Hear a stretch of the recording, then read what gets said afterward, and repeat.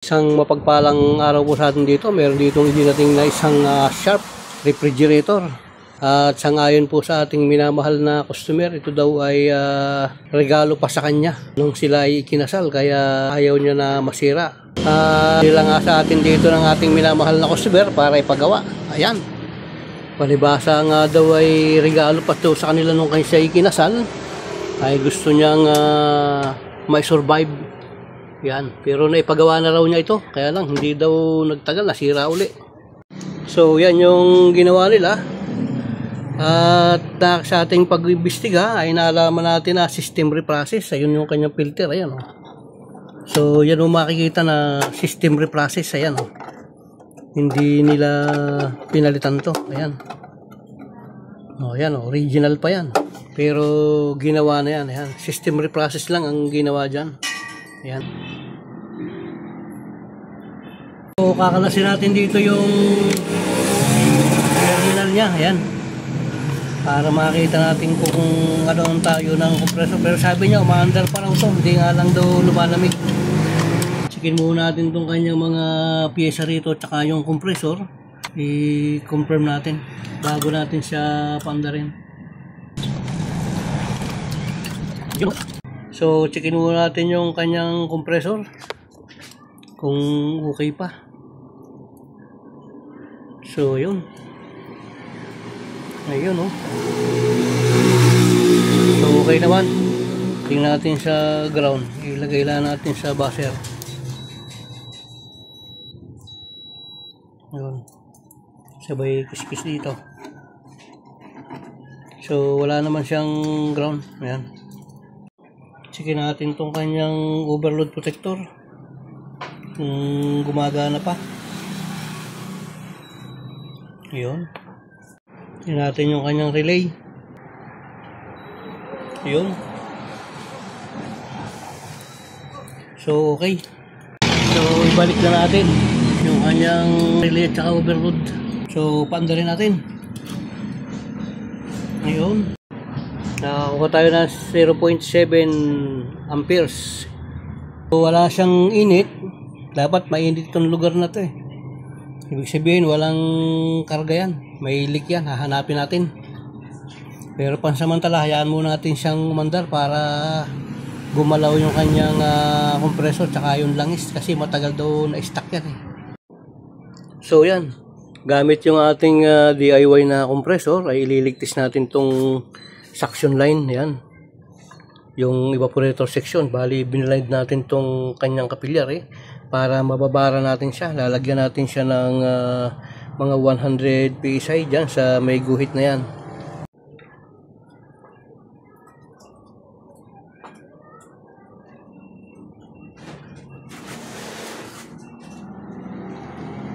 Lalagyan natin siya 100 PSI.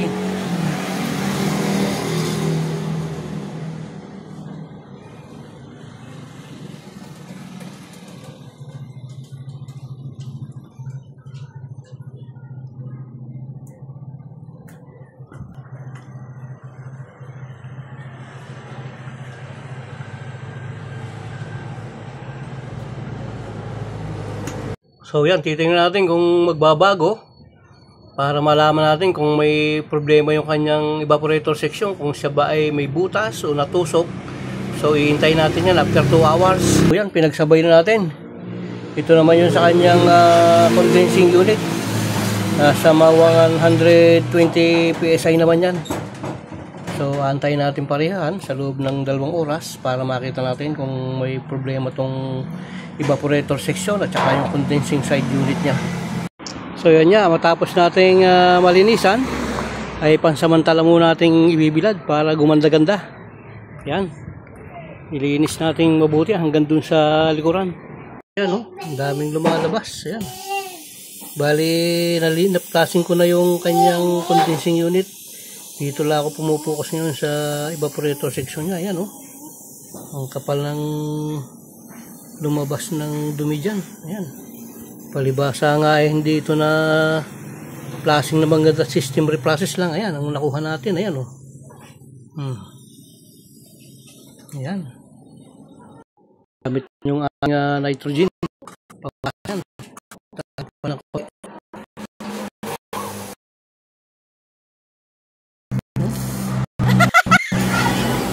sirit.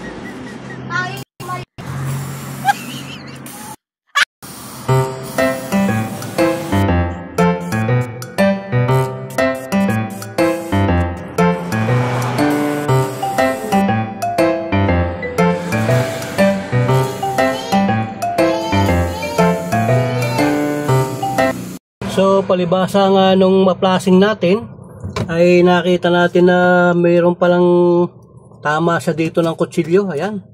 At ayan, hininang na natin siya. Ayan, okay na yan. So tutuloy natin yung ating final na flashing. Ayan na yung ating hinihintay. Kapag ka nagpa-flashing ako, gusto ko ganito. Ayan, hindi ko tinitigilan niya kapag mayroon pang bumabasa sa aking daliri. Ngayon, palibasa ay wala na. Ayan, oh. Ay okay na yan.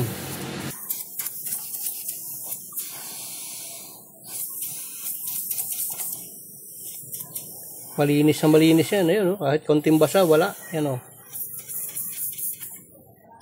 Palibasa ay nakaugalian ko na kapag ako'y nag-linis o nag-flashing ng refrigerator o nag-repair, ay hindi pwedeng hindi ko chichikin yung langis dito. At titingnan natin ngayon. So, chichikin natin.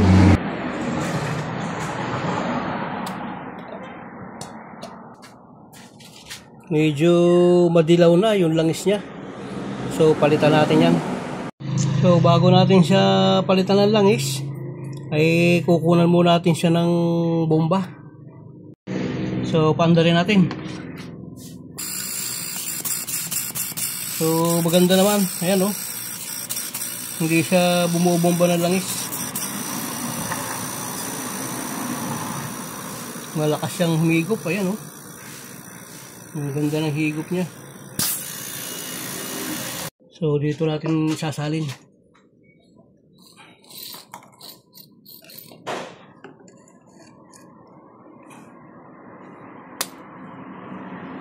Madilaw na yung langis niya eh. Ayun, oh. Kakunti na. Maganda naman yung tayo ng langis niya. Walang indication ng tubig yung kanyang langis. Ibig sabihin hindi nakasipsip ng tubig yan. So sinukat natin siya rito at hanggang dito siya. So yun din ang ilalagay natin. Ilagay natin dito para madali natin maisalin. Ayun, oh.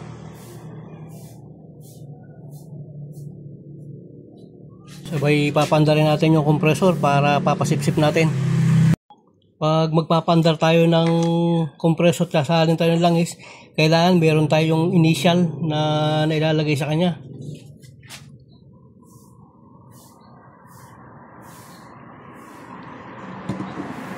Sa pagpapandar, tatakpan natin tong suction line para solid na dito siya hihigop sa ating kakargahan na yan.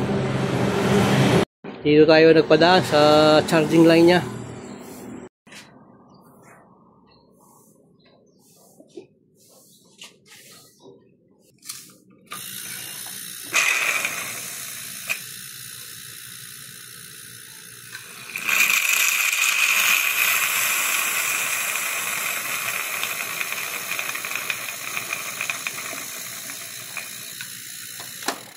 Sobrang kalawang, nilinisin natin yan gamit itong ating brush.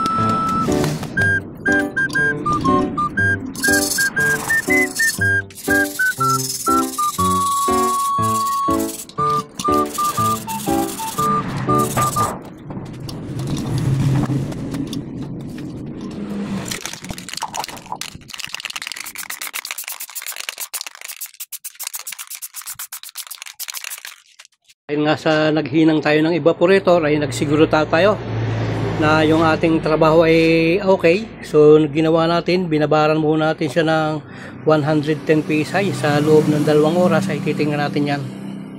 Palibasa nga ay hindi nagbago yung ating kinarga. So i-release na natin to. Magpo-proceed na tayo ng pagbabacuum. Ayan.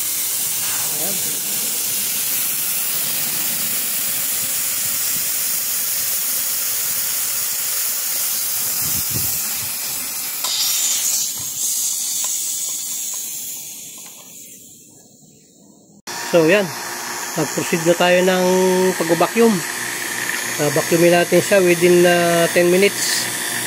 Yan, vacuum na siya. So okay na yan.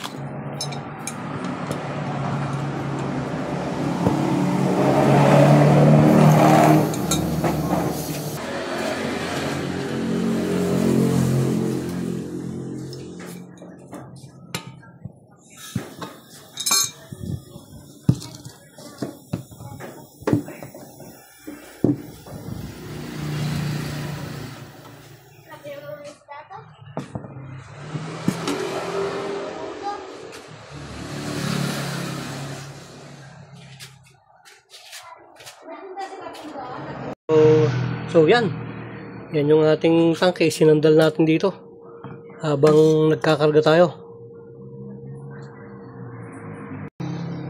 Ang amperahe niya yun, yan 0.7 amperes. Yan 7 amperes.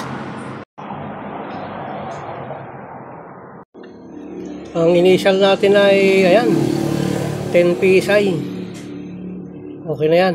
Pagka ni malamig na, bababa pa yan ng hanggang 5 PSI. Okay na yung init ng ating filter dryer.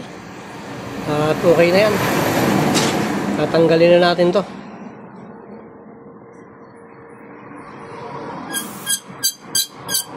Ayun, oh. Sabay higpit niya yun dito sa ating pin.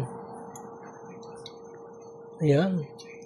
Sabay lagay ng takip. Ayos na. Tingnan yung nilagay ting yelo kung tumigas. Ayun. Ayun. Ayos na. Tigas na, oh. Kumapit pa eh. Okay na yan.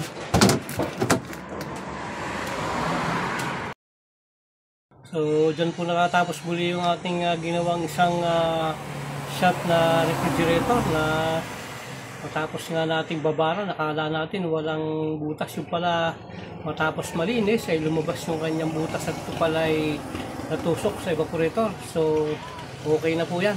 Maraming pong salamat at isang mapagpalang araw po sa atin. Nawa po ang biyaya at pala natin Panginoon ay sumaating lahat. Maraming pong salamat. God bless po.